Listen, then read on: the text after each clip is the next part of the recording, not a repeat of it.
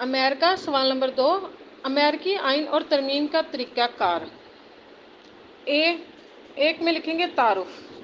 تعارف میں لکھیں گے امریکی آئین میں اب تک 27 ترمیم کی جا چکی ہیں۔ ان میں سے ابتدائی 10 ترامیم بنیادی حقوق سے متعلق ہے، جنہیں مسودہ حقوق کا بھی کہا جاتا ہے۔ یہ ترمیم 15 دسمبر 1791 کو آئین کا حصہ بنی۔ ان کے تحت شہر کے ناقابل تنسیق اور قطعی بنیادی حقوق کی ضمانت دی گئی۔ باقی 17 ترمیم 1992 تک کے دورانیے میں ہوئی اور یہ مختلف قانونی امور پر تھیں۔ ٹھیک ہے۔ نمبر 2 پر لکھیں گے امریکی آئین میں ترمیم کا طریقہ کار۔ نمبر 3 پر لکھیں گے ترمیم کے مراحل۔ نمبر 4 پر لکھیں گے ترمیم کے لیے پابندیاں۔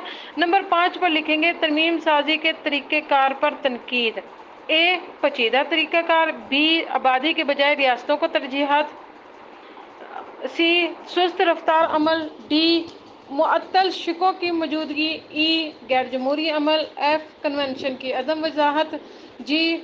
قدامت پسند طریقہ۔ دو تہائی اکثریت کی عدم وضاحت۔ صدر کی توسیع کا مسئلہ۔ اور نمبر 6 پہ حاصل کلام لکھیں گے۔ حاصل کلام میں لکھیں گے المختصر یہ کہ 210 سالوں میں امریکی آئین میں صرف 27 ترمیم کی گئی۔